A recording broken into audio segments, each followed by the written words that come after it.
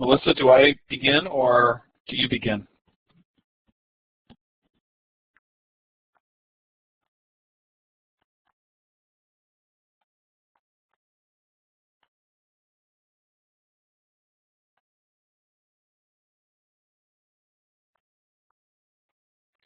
Okay, sorry, sorry for the little delay there. Welcome to my session, which is differentiating in a community, a key to reinvention. It's such a pleasure to be here today with the Reinventing the Classroom project. I was pleased to be asked, and I'm glad to be here today. Here's my contact information, and I certainly hope that you will feel free to ask me questions throughout the session. I have my chat box open here and should be able to see questions as we go. But please definitely feel free to email me or tweet me when you have a question after this session. I have been researching this whole kind of broadly based topic known as new literacies for about 15 years. And it came out of my own experience as a high school teacher and realizing that I did not have a lot of role models or places I could go to find ideas of how to integrate new media into my classroom. So I thought, well, I had better just begin collecting the ideas myself, and I've been on really a 15-year journey of doing that. And my research question is, what are some characteristics of classrooms that embrace new literacies in social media? What does it look like on a daily basis? I collect examples of assignments, assessments, rubrics, as well as perceptions of these learning experiences. And what's really exciting now that I have been in teacher ed for about 7 or 8 years is that I get to see my students go out into the world and see if they can try these ideas in their own classrooms. So it's just kind of a really exciting time for me to see some of my former students now in their 3rd, 4th, 5th year of teaching trying these ideas. I have published 3 books, New Literacies in Action, The Socially Networked Classroom. My most recent one just came out last year, The Global School. The emphasis on the global school. And that's really, I think, how I met Steve was through his interest in global education. I think, you know, there are a lot of teachers who still ask themselves why they should change anything that they're doing. And I think there's a perception with some teachers that, you know, especially at the secondary level, we're getting our kids into Ivy League schools. We're getting our kids into state schools. Why should we change? And that's why I think, you know, when I get into schools around the country, I still see a fair number of these kinds of homework assignments. Having kids read canonical texts and then answer the same questions. And so I think what happens is we have a group of kids that end up just going to CliffsNotes. And of course, you don't even have to buy them anymore. You can just go online. And so I think when I look at a homework assignment like this, to me it's the antithesis of differentiating. And then I wonder why teachers complain about plagiarism. When you give assignments that are the same for everyone and can be answered using the exact same answers, I think it leads to not only plagiarizing, but it leads to a classroom that maybe just really doesn't make any sense to the way we read and write now. And I would argue it probably never has made sense, this kind of rote memorization, fact-level questioning. I think a reason for changing is the Common Core, and I'm not one that wants to hide behind the latest curriculum model, but I think throughout the core, and I've just selected a few examples here, you can find many examples that get at multimodalities and certainly higher level thinking. I wish there were more mentions of this in the core, but there are enough that I think any teacher who wants to try these things really has no excuse not to. And I think too, from what we hear, the new tests that are going to be given, the PARC assessments and the New Balance, are going to be taken on the screen. So that's another reason why we really need to get these ideas into our classrooms. You know, this is fairly old data, but it's really shocking to see what happens when kids go from their early elementary years into their high school years. They become people who don't see reading for pleasure as something they want to do. They just, and you know, we could say, well, maybe it's because they have to work now or they're starting to date, but for whatever reason, it's dropping off. And certainly we have a huge gender gap in reading and the enjoyment of reading. And I think this is partly because the gap is getting bigger and bigger between what literacy means outside of school and what literacy means inside of school. You know, for some students, this list is just really a partial list of all the literacy practices that they take part in outside of the school day. And I have a teacher friend who talks about how he is in a school that does not allow for any mobile devices, and it's really kind of sad at the end of the school day when he has bus duty, all the kids come out and log on and get linked in because they can't do it during the school day.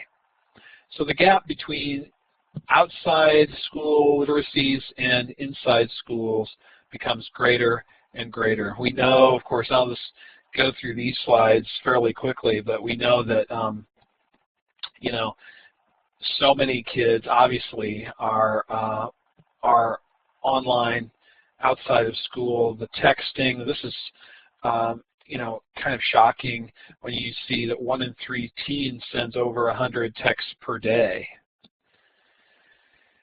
I think it's clear that the world is reading and writing and accessing all media in new ways, increasingly multimodal, multi-platform, and mobile. This ramps up the need for English teachers to help, and I'm tailoring this mostly for English teachers, but I think, you know, what I'm saying is applicable no matter what subject you teach. People are reading in different ways than they did in the past. We know that Amazon.com now sells more Kindle ebooks. The New York Times Book Review now has both print and ebook bestsellers. This is my local newspaper in Ohio. The Cleveland Plain Dealer has now cut home delivery and to 3 days a week.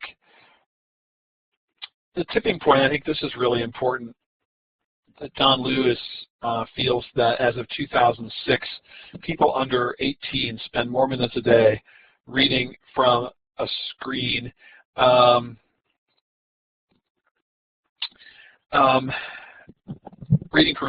they do reading from a page. So again, I think this is all part of why we do need to reinvent schools. I love the title of this conference, or Reinvent Classrooms, rather. Reading from a screen is different. It's a multimodal experience. It includes print, design, still images, moving images, sound, advertising. None of these things are in paper. What's exciting is reading from a screen is more social. Even the fact that we're all connecting, those of us that are in this session and listening to me later or watching this on YouTube, it's a social event. I hope I'll get in touch with some of you later and be able to connect with you. BuzzFeed's 100 million visitors in February, over 50% were from mobile devices. Reading across platforms is different. Affordances of different media affect the reading experience. Characters and plot unfold over years.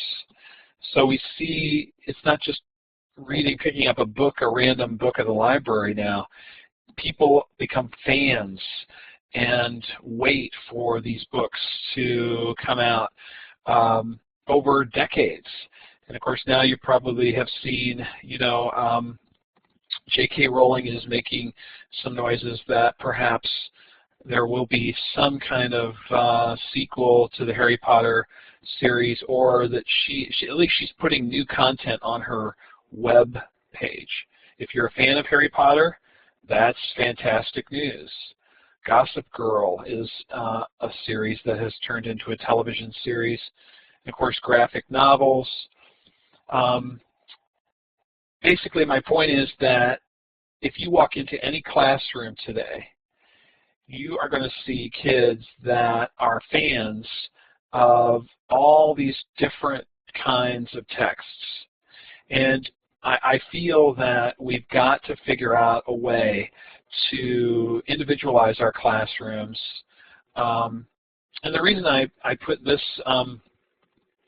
slide in of George Takei, this is a series that was canceled a few years ago called Heroes. And I just think it's interesting that they built in these characters that were played by actors who were on the original Star Trek series, George Takei and Nichelle Nichols. Essentially, they're making an attempt to do intertextual commenting and allusions within a television show. Something that we might have thought of, was something that only a book writer could do, now is done with long-form television series, again, going over years. And fans are paying attention to these things. If you're a Lost fan, there are many, many websites still in existence that for people that still want to talk about Lost, even though it's been off the air. We now live in a world where every device is a television. Social media is driving TV viewership. The 2014 Oscar telecast was the most viewed TV event since Friends, and one of the centerpieces of it was the fact that Ellen took a selfie of herself and all of these stars that you're seeing on the screen now. So what comes first, the chicken or the egg? Is the media driving the social media? Is the mass comm media driving the social media, or is it vice versa? Twitter has really become the new mass medium. And if you look at these statistics, and I bet you didn't think you were going to see statistics about the viewership of The Tonight Show in this webinar, but I do think it's relevant.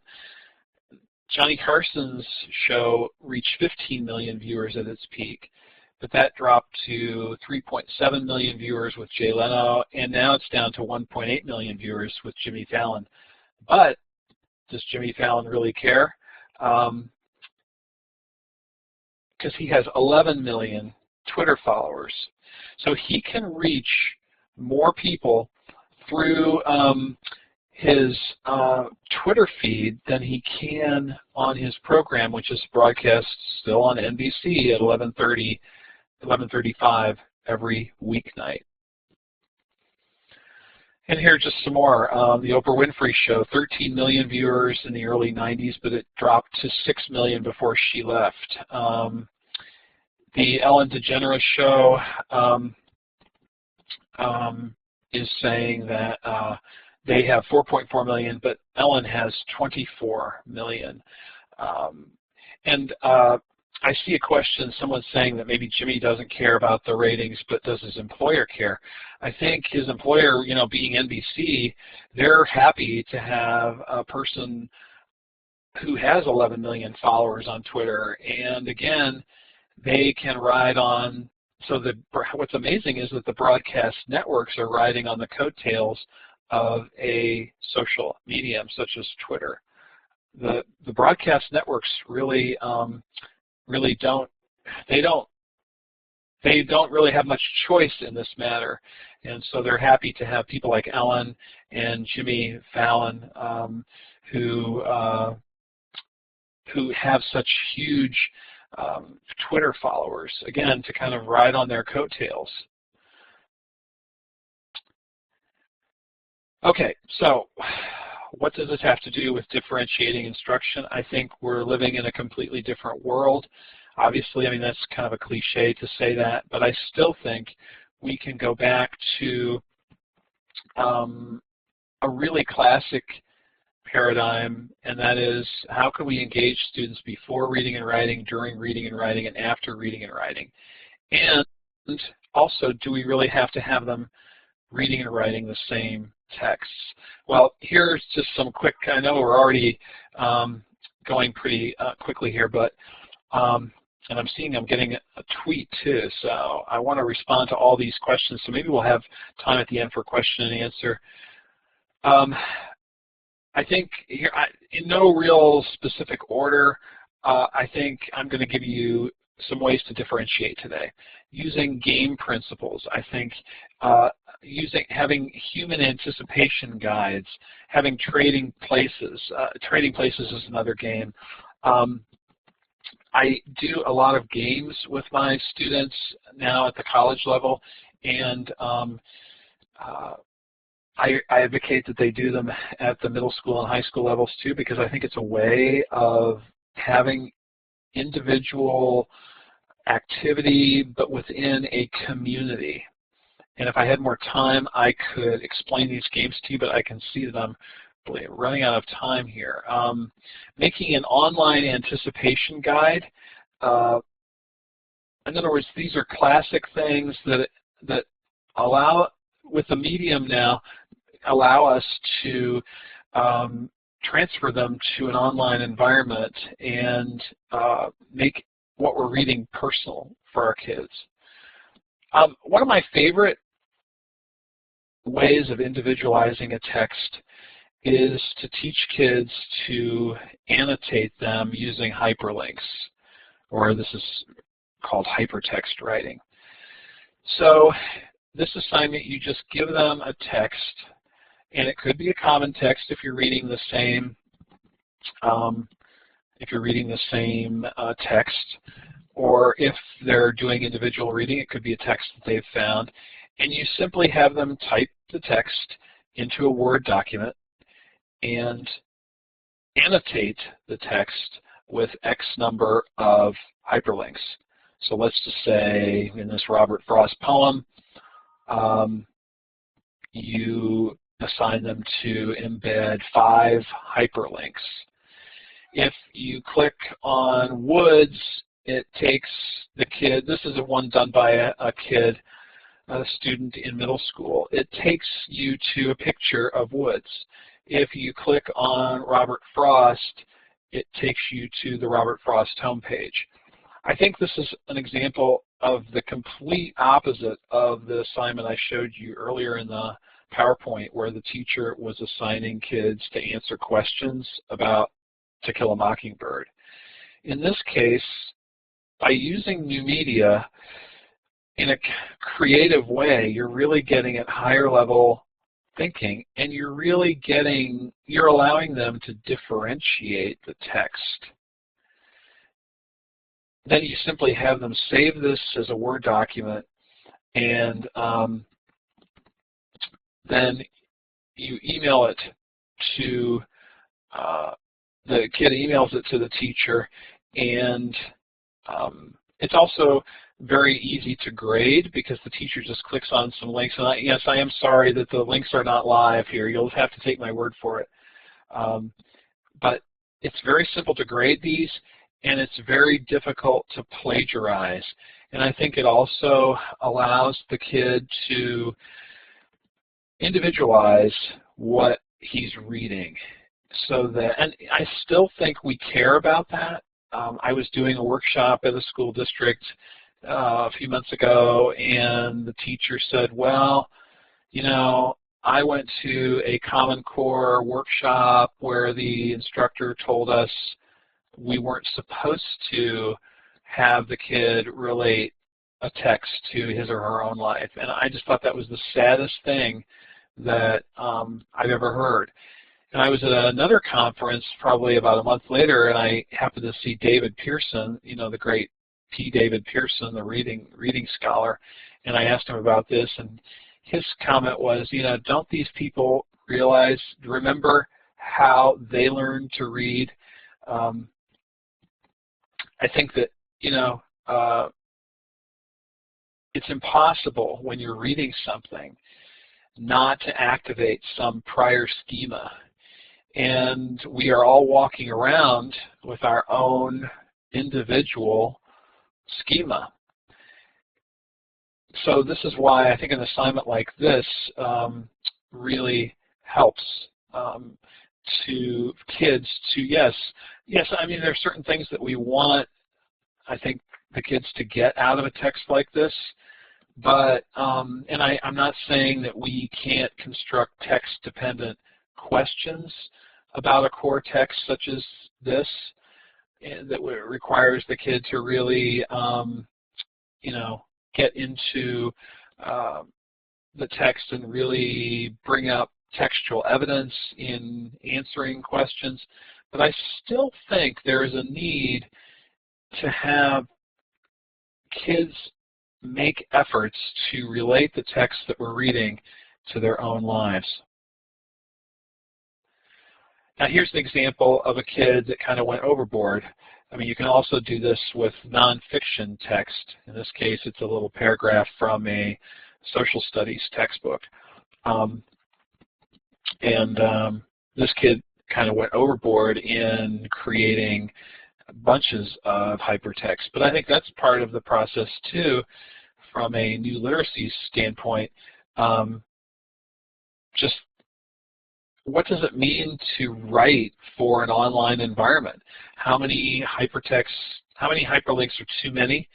How many are just right? And so this kid went a little bit overboard. But again, he is, or she is, making an attempt to relate the American Civil War to meaningful links that he or she has found.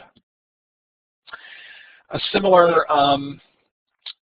example, sorry I went through that too quickly, is a hyperlinked double entry journal. Another classic idea from the 1970s, I think, double entry journals where you simply have the kids copy a quote from a book that they're reading or from some text and then react to that text with, in this case, some hyperlinks. So this kid is reading the book Winter Girls. She picked out a quote about Thanksgiving, and she, in her reaction, she embedded 2 hyperlinks. Another very highly individual assignment, very difficult to plagiarize. You're going to see, in this case, this student, if you clicked on this, it takes you to a, I believe, a picture of the Macy's Thanksgiving Day Parade. And if you click on fights, it takes you to a YouTube clip of a hockey fight in the NHL. Very difficult to plagiarize because the teacher's going to remember pretty quickly if everybody is having the Macy's parade and the hockey fight. And there's so many, beyond just building hyperlinks, I mean, there's so many apps and ways that kids can self-curate and exhibit their learning. You know, Evernote comes to mind as an example that anybody could just be carrying around on his or her phone. Their motto is capture anything, access anywhere, find things fast. Here's a screenshot from Evernote so that kids, you can help kids become really just constantly learning. Everybody, you know, so many kids now are carrying around essentially full computers in their pockets, why not help them use things like Evernote to become curators of their own learning. Another one that I'm seeing some teachers use is 3Ring. This is, I think I have a screenshot of this one right here. That allows, again, any teacher that's not doing portfolio assessment, I just don't understand it. When all these things are free, and I realize that many teachers have technology barriers, but I think it's getting easier and easier. I mean, when I was teaching, if I wanted to do portfolio some kind of portfolio assessments, I had to have these, piles and piles of paper files and if I wanted to transfer these to the teacher that the student had next year, I had to physically carry them to the teacher's room, etc. Now it's just so simple to have these portfolios on the kids' phones. I know a lot of teachers are using Dropbox to store huge files that kids make, but I've noticed that some teachers that that I'm working with prefer box.com. They think it has less, I guess it's easier, more user-friendly. It's just called box.com.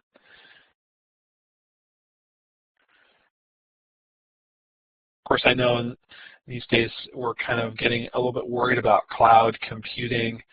I didn't have time to put it in my presentation, but the school where I teach at Kent State University, our summer reading book is called The Circle by Dave Eggers, and it's a real polemic, really, against cloud computing as far as a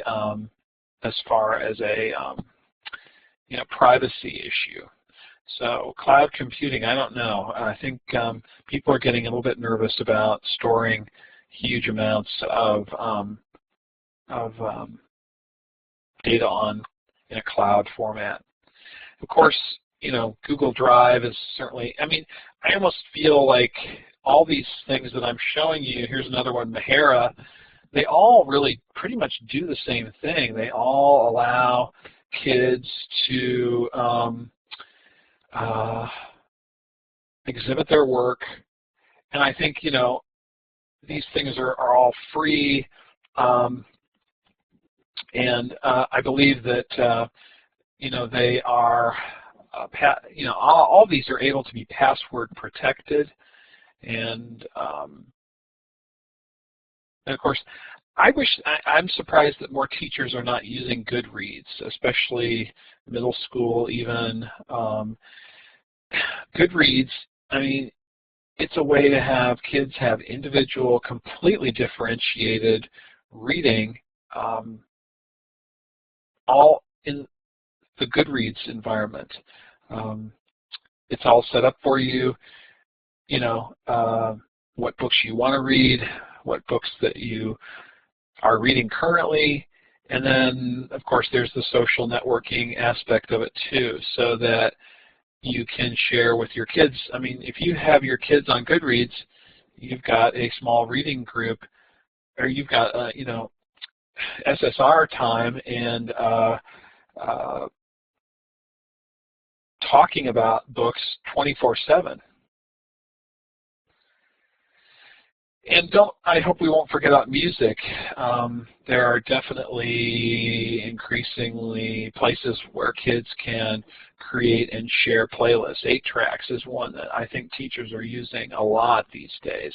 I still use Spotify, but I suppose that's because maybe I'm old, I don't know, but because I think Spotify reached its peak maybe a couple of years ago. There are many, many other learning management systems that I could tell you about. I'm sure a lot of you have already heard of these: Collaborize, Edmodo. Schoology, Sophia, of course Google, Blackboard Learn, and the granddaddy or grandmommy of them all, Moodle. They all kind of do the same thing. I know that at Kent State we have Blackboard Learn, but I think just sometimes just setting up a wiki is a simpler way for me to individualize my instruction. Here's another one of my favorite assignments that allows for differentiation, vocabulary, image journals. I see somebody is suggesting social LMS. I have not heard of that one, so thanks for the suggestion. Instead of having kids memorize definitions of words, why not have them curate vocabulary image journals where they keep images that match words or concepts that they're interested in or that you're studying. Okay, here's the slide about setting up a wiki. Oh, he's saying, I want you to talk about socially savvy LMS. Now, what is LMS standing for? I'm blanking on that. I'm going to wait for the answer here to come up. Oh, learning management system.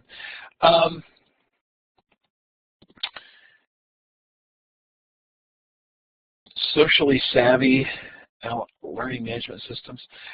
Well, are you saying, I think this person is asking me whether I'm advocating for one of these or not.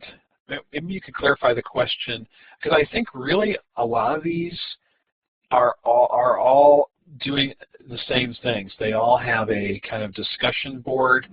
They all have a place for kids to demonstrate their own work. And they all have a social networking component where the kid can reach out and comment on someone else's work. But as I was saying a minute ago, I really think sometimes I just think it's simpler just to set up a wiki. And it gets past some of the rules and some of the, kind of things that you have to do when you're in an organized LMS. In this case, a wiki you can just set up to have just exactly what you want in it.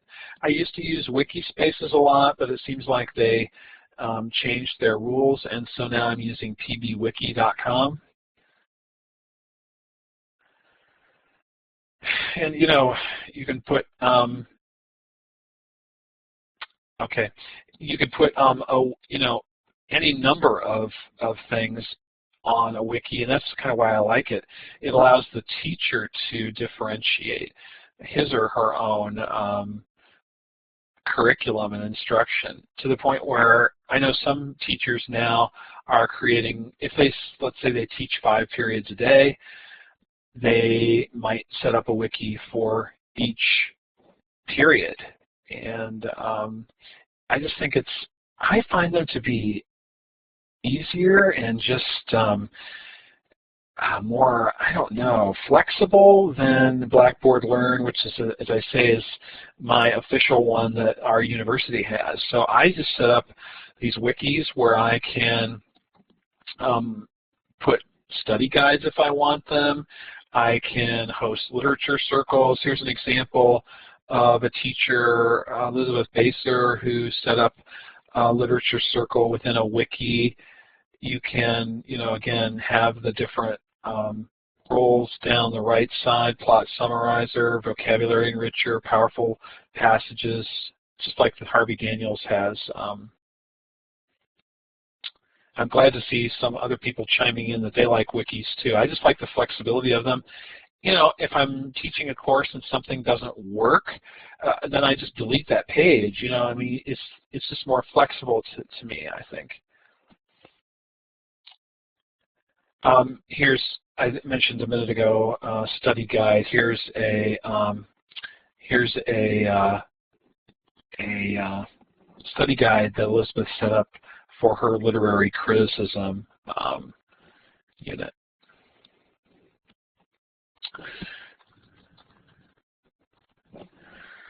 I really like gaming, and so there are many ways you can set up a simulation or game within a wiki, or reading portfolios. This is one of my students. We did a reading portfolio in a wiki. I have since gone on to using Goodreads, so I don't set up. I don't have students. I don't have students set up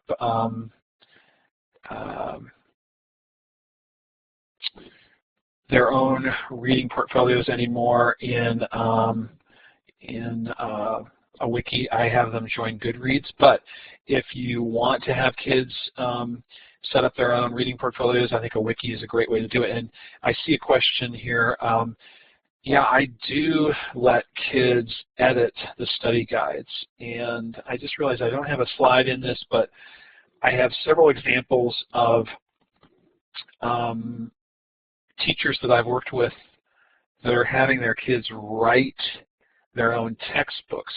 And I have mixed feelings about this assignment because I think that, just the concept of textbook bothers me. I mean, when you go into a bookstore, you don't see a section of textbooks. Nobody wants to read a textbook outside of school. But I do think if we maybe don't call it a textbook, we could call it something else. But the question earlier was, do I allow students to edit the study guides? Absolutely. Maybe that's a better way to call them, a better thing to call them study guides rather than textbook. And of course, teachers can just use the wikis themselves, to host study guides and common projects they're working on. Here's one that a group of teachers did on World Cultures Unit, in which they had a different page for each country or continent. And sometimes teachers say, well, how can I evaluate this? Well, I mean, you can make a rubric to evaluate anything, I would hope. And so if you want to grade the wikis that the students make, obviously relevance of links, meaningfulness of links, creativity, clarity, organization, and mechanics. I mean, I hope that teachers wouldn't get hung up on this. I also know, and again, if I had more time, I've got, I could go on for hours, but I know I only have a few more minutes here, but I've got many examples that I'd love to share with you at some other point about research papers, the old research paper put into a wiki or a blog format. Again, here's a way that maybe research would actually be read by other people if it weren't in that stodgy research paper format. I don't use Nings quite so much anymore because Ning.com started charging to set up Nings, but I do think it's a great way to do some role-playing with kids using a Ning. They're not free anymore. I need to change that slide. Sorry about that. And let me fast forward here to a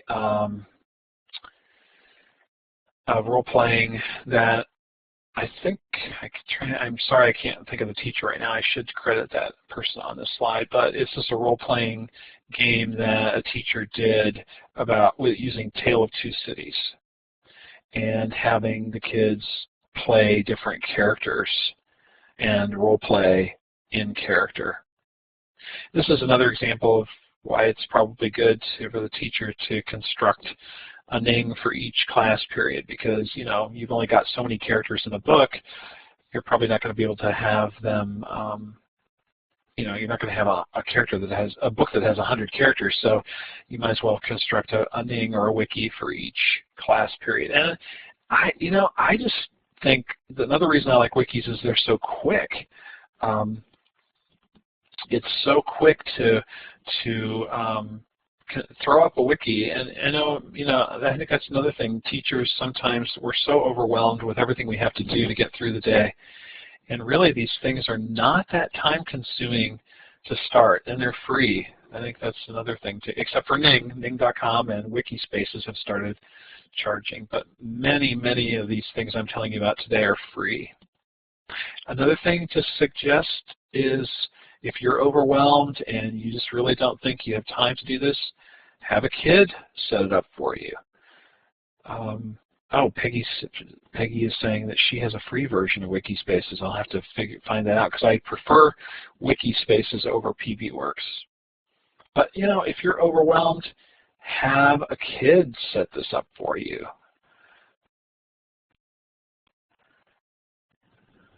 I'm just scrolling here to the end. What's new with all this? I mean, you could say that really none of this is new, that it's all coming back still to engaging students before they read and write, during reading and writing, and after reading and writing. It's just that we're doing this in a different format, but we're really still doing things that I think great teachers have been doing for decades.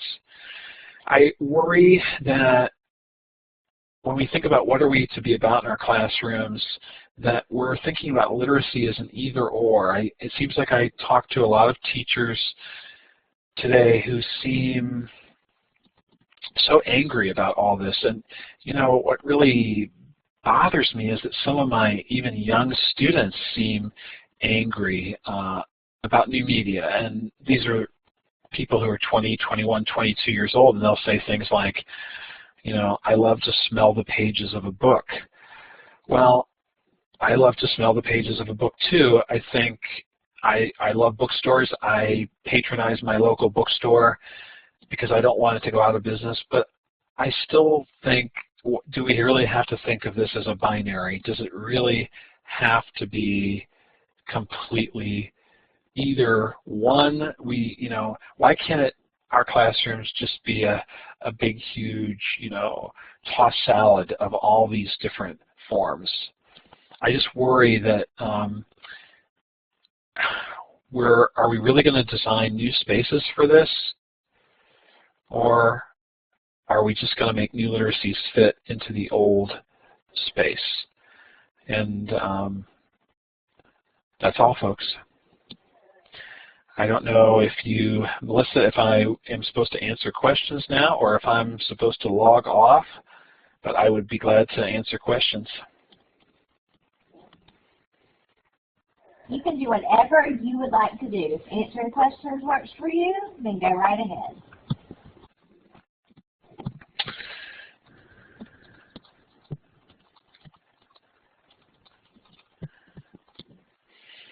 I really appreciate everybody who's here today. Again, I was really glad to be asked. Does anybody have a question?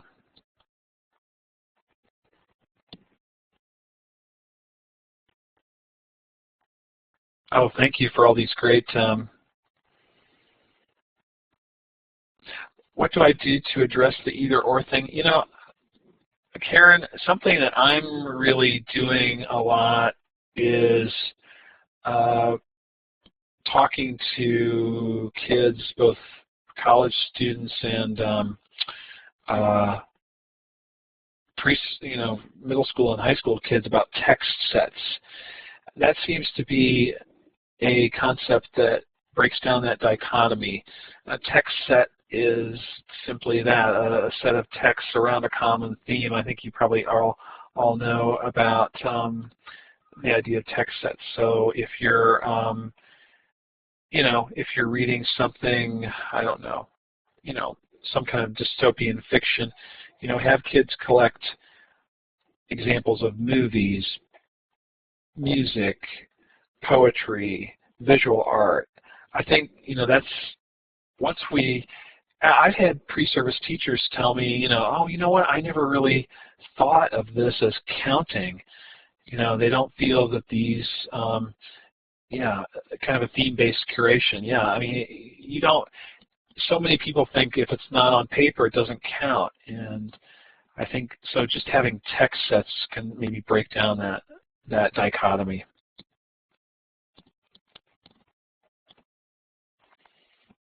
I'm going to go back and go through some of these links that you all have added here. And I hope that you'll get in touch with me offline. Again, I'm on Twitter. my, I guess I'll just put it in right now.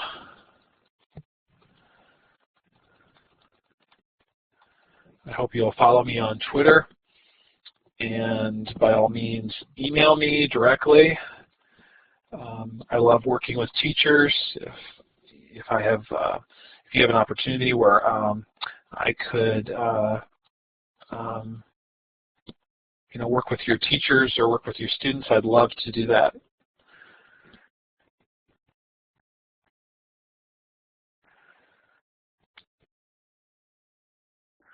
Well, thank you very much for coming today, and I definitely look forward to connecting with you all in the future. Thank you very much.